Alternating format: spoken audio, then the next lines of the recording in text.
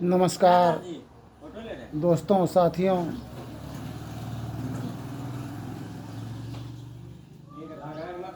युग युगान चहुखानी में भरमी भरमी दुख भरी, पाएऊँ पुनि अजहू नहीं रहू इनते दूरी। पल पल मन मायार में कभी बिलग नहीं होता, भक्ति भेद विसरार है दुख सही सही रोता।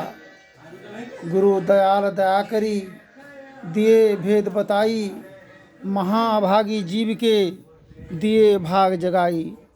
पर निज बल कछु नाही है जेहि बने कमाई, सो बल तभी पाऊँ गुरु होय सहाई। दृष्टि टिके श्रुति धुन रमे, अस करु गुरु दया।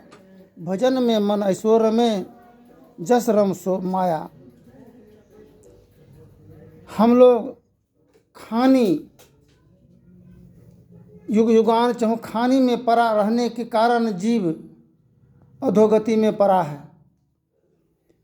इस अधोगति से अपने जीवन को निवारण और उबारण के लिए आत्मज्ञान के ही द्वारा जीवन में शांति और सद्गति प्राप्त हो सकता है। एक क्षेत्र है, एक है कार्य क्षेत्र। क्षेत्र सारे जगत भूमि संसार वह क्षेत्र है, और वह स्त्री के समान है। क्षेत्र अब पुरुष है कार्य क्षेत्र। सारे ही संचालन का जिम्मेवारी दोनों को, स्त्री तथा पुरुष दोनों को सौंपा गया है ईश्वर परमात्मा की ओर से। परमात्म गुरु निकट विराजे, जाग जाग मन मेरे। अंतकाल संगी न होंगे, संग न चल कऊ तेरे। क्या सोबत गफलत के मारे, जाग जाग मन मेरे। हम लोग टोपी पहनते हैं माथे में, ताज, सर का ताज। टोपी का बहुत बड़ा महत्व है, मोल है। लेकिन उस ताज और टोपी से सबसे बड़ा ताज माता पिता का आज्ञा का पालन करना, वो सबसे बड़ा सर का ताज होता है।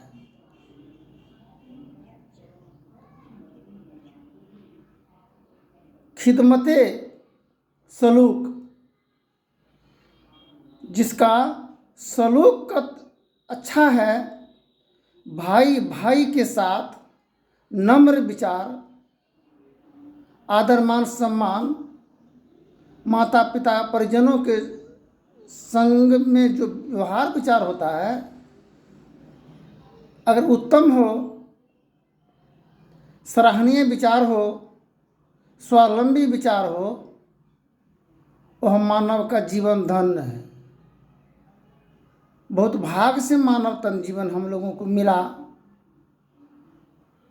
और इस जीवन को प्राप्त करके हम लोग अपने जीवन को अधोगति में ले जा रहे हैं। जिस प्रकार परिवर्तन, बराबर बोलते हैं युग परिवर्तन, विश्व प्रसारण बोलते हैं। परिवर्तन होता कैसे है, युग कल युग आगमन कैसे होता है। युग में माता पिता बाल बच्चों के साथ जीवन भरण पोषण करते हैं, वह एक युग है जहाँ मान सम्मान मर्यादा के साथ जीवन बसर गुजर करते हैं हम लोग। फिर बाल बच्चों का जब शादी विवाह करते हैं, जब पुत्रवधू घर में आती है, तो युग का परिवर्तन हुआ। कैसे परिवर्तन हुआ? जितना आनंद के साथ अपने घर में आना जाना, रहना, सोना, बैठना होता था गार्जियन को, पुत्र वधू आने पर उसमें बहुत रोक लग जाता है। रोक, अपना ही घर मुसाफिर खाना बन जाता है, परदेश के समान बन जाता है। हम परदेशी के समान जीवन होने के कारण घूंट घूंट करके दम टूटने लगता है। अब जब पुत्र वधू घर में आती है, अपना राज, एक युग को बदलने के लिए, अपना राज कायम करने के लिए, अपना हर प्रकार से घर के गृहगार्जियन पर हर आरोप के ही द्वारा मान हनन की व्यवस्था एकमात्र ही साधन है राज कायम करने का। यह मन की अहंकार न ढहेगा, तलवार से न ढहेगा। यह मन की दानव गोलियों की बौछार से यह ढह करके गिर पड़ेगा। यह मन मंदिर आत्म अभिमान के बौछार से, आत्म जीवन का जब सम्मान नहीं होने लगता है, यह महल, सुंदर महल एवं प्रकार से ढह करके गिरने लगता है। जिस प्रकार किसी को कुष्ठ रोग हो जाए, कुष्ठ रोग, जब चमड़ा कट कट करके गिरने लगता है, उसी भांति ये जीवन की दशा और दुर्दशा होता है। एक बार सभी फलों की राजा आम को मानते हैं। आम में खटास मिठास एवं प्रकार की गुण है। आम में एक स्वाद की गुण है नहीं, विभिन्न प्रकार की स्वाद की गुण आम में पाया जाता है। किंतु इमली में एक ही स्वाद है। पुरुष का गुण आम के समान है और स्त्री के गुण इमली के समान है, जिसका गुण एक है। उस गुण के बदलाव के लिए अगर हम नमक में मिला करके अगर चटनी बना के खाएंगे, उसका स्वाद अलग होता है। खटास तो है, लेकिन नमक मिलने से स्वाद में अंतर पड़ जाता है।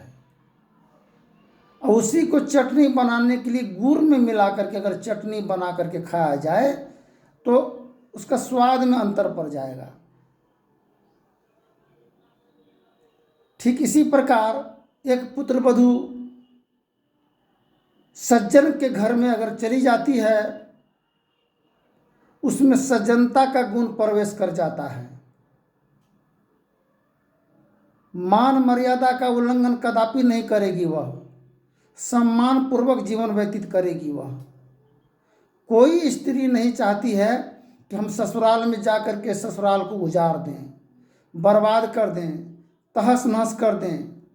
तहस नहस करवाने के लिए सर्वप्रथम अगुआ वहाँ मौजूद होता है।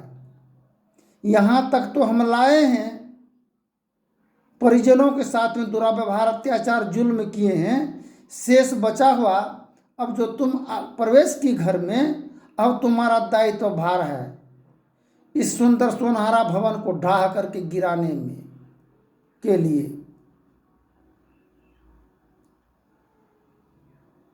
अगर सदाचारी संत संगति के अनुयायी घर की गृहिणी है, दुल्हन को आते ही उनको सारे ही खटास को वह गुड़ मिठास दे करके उसका खटास को कम कर देती है।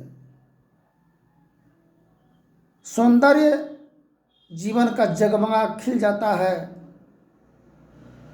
हर परिवार का मुरझाया हुआ मन फूल के समान सुगंधित हो जाता है। हनुमान चालीसा में लिखा हुआ है, जय हनुमान ज्ञान गुण सागर, जय कपीस तो ही लोक उजागर। इस जीवन का उजागर होगा कैसे? एक पुत्रवधू सोची मन में अनैतिक विचारधाराओं की, घर के गृह स्वामी पर आचरणहीन का बार बार उन पर जो है हीनता का आरोप लगाती थी। समय गुजरता चला गया, लेकिन एक बार गार्जियन को नहीं रहा गया।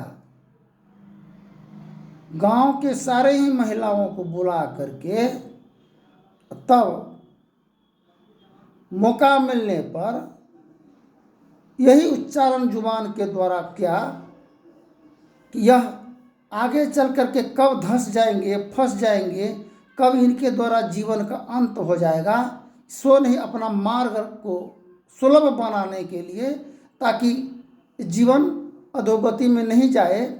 और यह विषैला डंक से बचने का एकमात्र ही साधन दिमाग में समझ में आया, और साधन धाम मोक्ष करी द्वारा।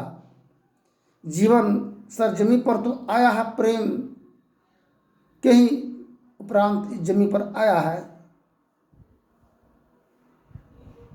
वह गृह स्वामी कहते हैं, देखिए यह मेरे घर और परिवार में वासनाओं और सेक्स का फ्री विचार है। पुरुष अगर बाहर जाए उस पर भी दंड के अधिकारी है, और स्त्री अगर बाहर जाए वह भी दंड की अधिकारी है। समानतम जीवन जीने के लिए सबको उत्तम विचार ही के द्वारा परिवार में घर गृह का कलेश का निवारण होगा।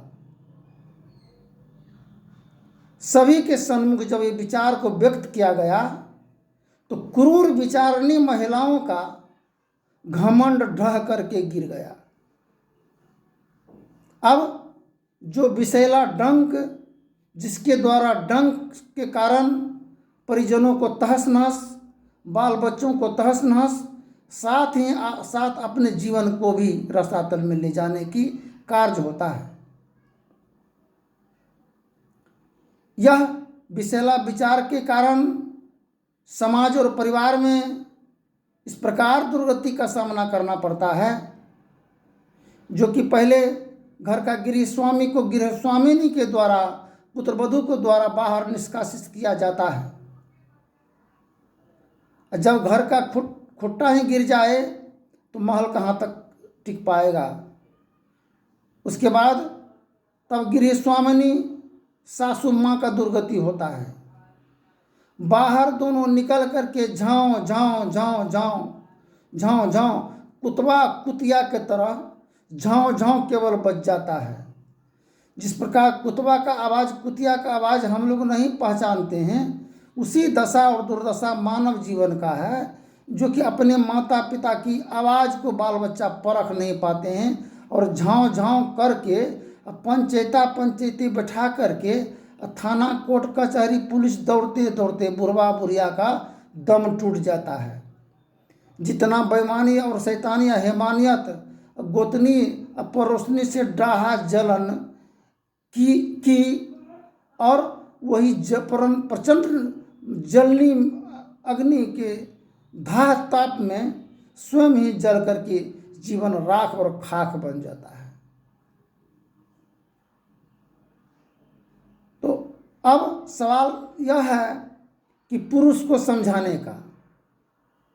एक बार पुरुष समझ गया, बेटा इतना दिन से जो अपने माता पिता पर जो जुल्मों का प्रहार किए हैं, अपने धर्म पत्नी के कुलीन विचारधाराओं के अंतर्गत, आज तो यह प्रकट हुआ कि मेरे माता पिता का कोई कसूर है नहीं, कसूर तो सब ठो इसी का है। इसके ही द्वारा हमारे माता पिता और भाई बहनों का अनादर किए हैं, हम अलग रखे, फर्क हुए और अपन आना जाना बंद किए। अब घर फूटेगा तो गंवार लुटेगा। अपने परिजनों से जब टूट जाएंगे तब बाहर के लोग आपके घर में प्रवेश करेंगे। आपका मानहनन, आबरू, इज्जत पर इस प्रकार की धब्बा लग जाएगा जो सोना 10 रत्ती अगर हो जाए और संस्कार 1 रत्ती नहीं हो तो कोई जीवन का महत्व नहीं है। यह विचारधाराओं को बहुत बारीकी से समझने की जरूरत है। आंख तब खुला बच्चों का, पतिदेव का, जब भाई भाई से जब अलग हो गया, मार जब शुरू हुआ, माता पिता से जब बिछड़ गए, जब दूसरा को आकर के घर में विश्राम किया, रहने लगा। एक घर जलाने के लिए एक लुत्ती का ही काफ़ी होता है घर जलने में। जहाँ बाहरी आदमी प्रवेश किया तो अपने घर के मालिक को, अपने स्वामी पति देव को जब अनादर और विचार अत्याचार जुल्म का पहाड़ जब उस पर ढहने लगा, सबको मिल करके जीते जिंदगी जब उसको जान लेने का कोशिश जब किया, तब समझ रहा घट भीतर जीव उद्धार पुकार रहे, घट भीतर ही सत्संतों ने सबको रिझाए बुझाए सुझाए दिया, घट भीतर ही सत्संतों ने। अब जीव पुकार रहा है, मेरा भाई, मेरा माँ, मेरा बाप कहाँ है, मेरा सगा संबंधी कहाँ है। आप सबसे लड़े और बवाल किए, नासमझी के कारण आज आपको आपका पति का अंत पत्नी के द्वारा हो रहा है, अब पत्नी का अंत पति के द्वारा हो रहा है। जान बुझ नर करहि टिठाई, ताको नरकवास लिखा है भाई। ठीक इसी प्रकार हम लोग एक ही श्रृंखला में, हम लोग एक ही ढांचा में आज तक ढलकर अपने वजूद का पता ही नहीं है कि हम आए थे कहाँ से और जाना क्या है, क्या लेकर के आए हैं और क्या लेकर के जाएंगे। आप तो धर्म लेकर के आए थे और धर्म को गंवा करके आप अधर्म और पाप का बोझ लेकर के जाएंगे, तो जवाब क्या देना पड़ेगा धर्मराज के दरबार में। फिर आगे की प्रसंग में बोलेंगे। धन्यवाद। जय हिंद, जय भारत।